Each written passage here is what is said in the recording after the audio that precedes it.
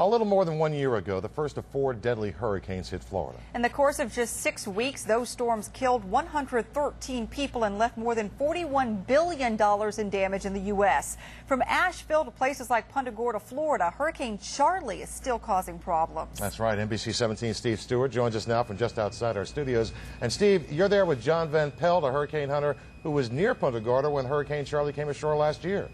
Absolutely, guys. And first of all, John is one of those rare people that doesn't do this for fame or fortune or anything like that. John is like the missing link of weather data. And I'm not kidding. You know, we have these automated sources all over the place, but sometimes where a storm is, we don't have any information.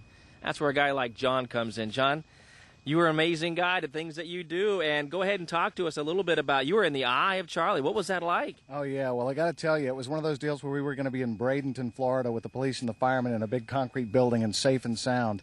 Then Charley took that right turn and intensified from a Cat 2 to a Cat 4, so we got on the road to head to Punta Gorda. And when we got down there, 133-mile-an-hour winds in the truck. We were able to go through the most intense part of the storm and finally get the break when the 5-mile eye passed over. We had a 10 or 15-minute break.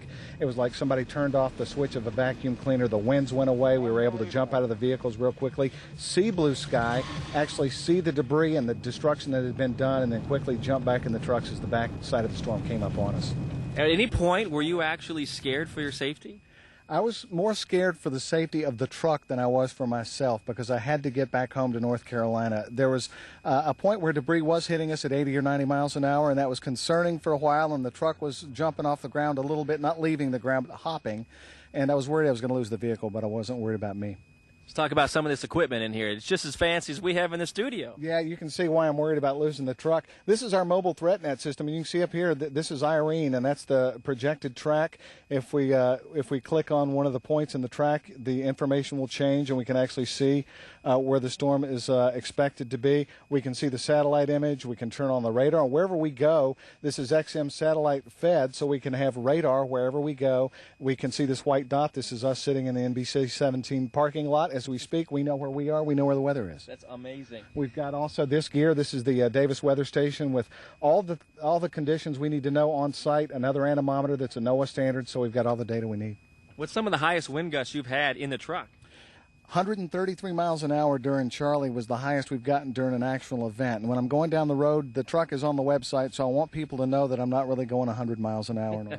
Okay. And we have some more equipment on top. Maybe we can pan up and we can show that anemometers are up front and things like that. And you did a little modification to the front of the truck. What is up there? Absolutely. We've got brand new road armor bumpers on the front and the rear, which are super heavy-duty bumpers with mile marker winches.